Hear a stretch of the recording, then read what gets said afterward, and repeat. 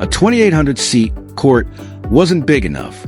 Then a 10,000-seat stadium sold out in half an hour. And somewhere in a press box in Toronto, a veteran broadcaster wrote a sentence into her own reporting that she says she has never written about any other athlete in her career. Something was happening in that building that the people running professional tennis did not have a model for. Not a marketing plan, not a projection, a gap in the math. On a Wednesday night in early August, center court at the National Bank Open filled with flags, with the words shouted over and over in Tagalog, and with the tournament director standing somewhere in that noise trying to figure out how a player ranked outside the top 5 had just broken 20 years of scheduling logic. 4 days earlier, on August 3rd, 21-year-old Alex Eala of the Philippines had walked onto a hard court in Washington, D.C., across the net from world number 4 Jessica Pegula, and beaten her in 3 sets, 6-4, 4-6, 6-love. That final set wasn't close. It was a statement. Closed out as a bagel, and it handed Eala the Mubadala DC Open, a WTA 500 title, and something no player from her country had ever held, a WTA singles championship. 2 days after that, she landed in Toronto ranked a career-high number 20 in the world, the first Filipino ever to crack the top 20 in tennis history. And what was waiting for her at the National Bank Open was not the reception a first-time visitor to that tournament usually gets. According to the man who runs it, it was a reception a top 5 player gets. That single sentence is attention holding this entire story together, and why a piece filed by a Filipino-Canadian journalist for CBC ended up traveling so far beyond the sports section. Here's the part that actually broke the model. When Eala's second-round match got scheduled, tournament officials put her on grandstand court. Standard practice for a 25th seed playing a Wednesday night match against an American opponent. Grandstand holds 2,800 people. That should have been enough room. Then the ticket requests started coming in, and they didn't stop at 2,800. They passed 3,000, then 4. By the time anyone stopped counting, requests for that single match had crossed 5,000. For a court that seats 2,800, Carl Hale, who has run the National Bank Open for more than 2 decades and has personally built the schedule around Serena Williams, Naomi Osaka, Iga Swiatek, Aryna Sabalenka, and Coco Gauff, made a call he says he had never made before for a player ranked outside the top 5. He moved Eala's match to center court, the 10,000-seat main stadium of one of the most prestigious tournaments outside the 4 Grand Slams. And then that stadium sold out. In 30 minutes, a sellout by itself can mean a lot of things. Novelty, a one-off surge, a lucky scheduling window. What actually got tournament directors calling each other wasn't the ticket sale. It was what happened once the match started. Flags came out. Chants rolled to the crowd in waves.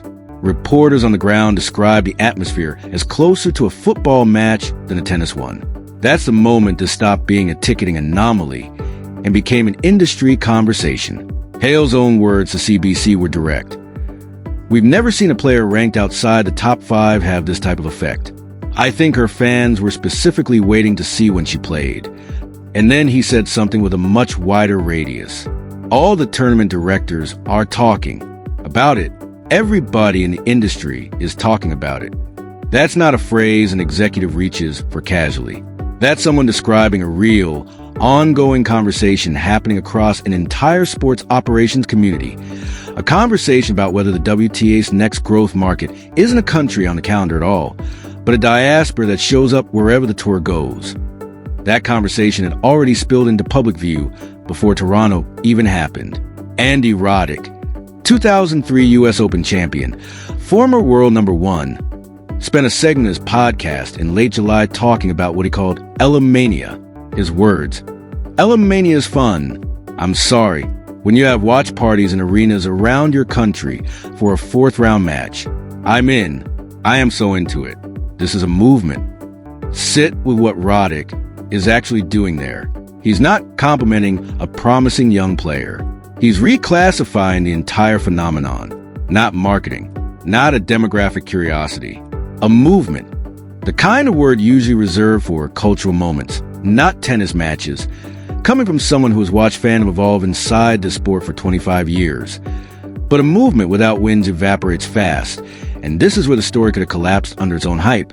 Except it didn't, because the wins were sitting right there waiting to be checked. on that Wednesday night, in front of the crowd that had sold out center court in 30 minutes. Eala played Alicia Parks, the same American who had beaten her at the Australian Open back in January. Same opponent, completely different outcome. Eala took the first set 6-1. Parks clawed back to win the second 6-4. Then, in the decider, Eala steadied, broke serve in the fifth game, and closed out 6-2, 1 hour, 51 minutes. 14 break points generated across the match. When it ended, Eala had become the first Filipino player, male or female, ever to win a main draw match at the National Bank Open. It was her 6th straight match win, her 10th consecutive victory when she takes the first set, her 17th career win at WTA 1000 level. Every number describing her current form points the same direction, and that matters because it's the answer to the overhyped label that critics online have attached to her. That criticism deserves to be named honestly. CBC did, but the rebuttal didn't come from a fan account or a press release. It came from a racket in a 3-set final against the tournament's number 1 seed. For days before Toronto even began, here's where the story resets and gets bigger than a single stadium. Because the number we're sitting with isn't 10,000 seats or 30 minutes or even the win streak. It's what a Filipino-Canadian journalist named Chris Reyes did with her byline. Reyes has spent more than 15 years in North American newsrooms. Halfway through her CBC piece, she stepped out of the neutral voice reporters are trained to keep and admitted something she says she's never written about another athlete, that hearing the word Laban, Tagalog for fight, shouted from the stands of an international tennis tournament produces a specific kind of thrill, not admiration, recognition. The thrill of a word from your family's kitchen suddenly filling a global sports venue that was never built with your community in mind. It's a small paragraph in a much longer article. It's doing an enormous amount of work because it's a national broadcaster telling its audience, through one of its own journalists, that what happened in that stadium wasn't a curiosity act. It was a homecoming that never previously had a home. Now put a number on the community that made this happen, because the scale is easy to underestimate. According to Statistics Canada's 2021 census data, Filipinos make up 2.6% of the national population and are the 4th largest racialized group in the country. In the Greater Toronto area alone, that population is approaching 1 million people. As of the 2016 census, more than 280,000 Filipino Canadians call the country home. But that number, taken on its own, actually undersells what happened this week. Everyone already knew Filipinos lived in Canada in large numbers. What Toronto proved was something different, that a single Filipino sports story could organize that community into coordinated, ticket scarcity-inducing action inside a venue that had never seen a Filipino presence on the WTA Tour before this year. The Philippines is a country of roughly 100 million people. Before Eala, it had never produced a single player inside the top 100 in women's tennis. That is the gap this week's ticket data just closed, not gradually, but in the space of one scheduling decision and one 30-minute sellout. And that's precisely why Hale's internal industry conversation carries so much weight. Tour growth strategy has always been drawn on a map of countries. A stop in Guadalajara, a stop in Riyadh, a stop in Beijing, each one built around geography. What Eala's week in Toronto demonstrated is a different kind of map entirely, one drawn along the lines of diaspora rather than nationality. If a single player can reliably pull a 5,000-ticket surge-out community that exists wherever the tour happens to land, the scheduling logic for an entire global calendar starts to shift underneath the people who built it. None of this, though, was inevitable. And that's worth sitting with honestly before the story goes any further. Because 7 months ago, the exact same matchup produced the exact opposite result. At the Australian Open in January, Eala was ranked number 49 in the world. She played Alicia Parks in the first round. Fans lined up for hours to watch her, and she lost in straight sets. Parks acknowledged afterward that the crowd had been difficult to play through. That January afternoon is the honest counterweight sitting underneath everything that happened in Toronto. Proof that the crowd showing up has never been the hard part. The winning was. The distance between that loss in Melbourne and this win on center court is exactly 7 months. And inside those 7 months, the entire trajectory changed. Eala climbed from number 49 to number 20. She reached her first WTA final. She beat a former U.S. Open champion in Naomi Osaka. She beat a Canadian home favorite in Leylah Fernandez on Canadian soil. She won her first WTA singles title in Washington, and then, in front of the largest crowd of her career, she went back and beat the one player who had beaten her. The same opponent, the same script, rewritten, so returned for a moment to where this started.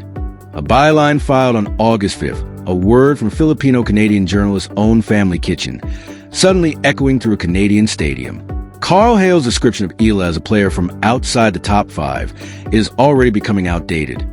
At number 20 and still climbing, that framing describes a smaller and smaller part of who she is. 30 minutes to sell out 10,000 seats for a second-round match in a tournament she'd never played before. Individually, these are just data points.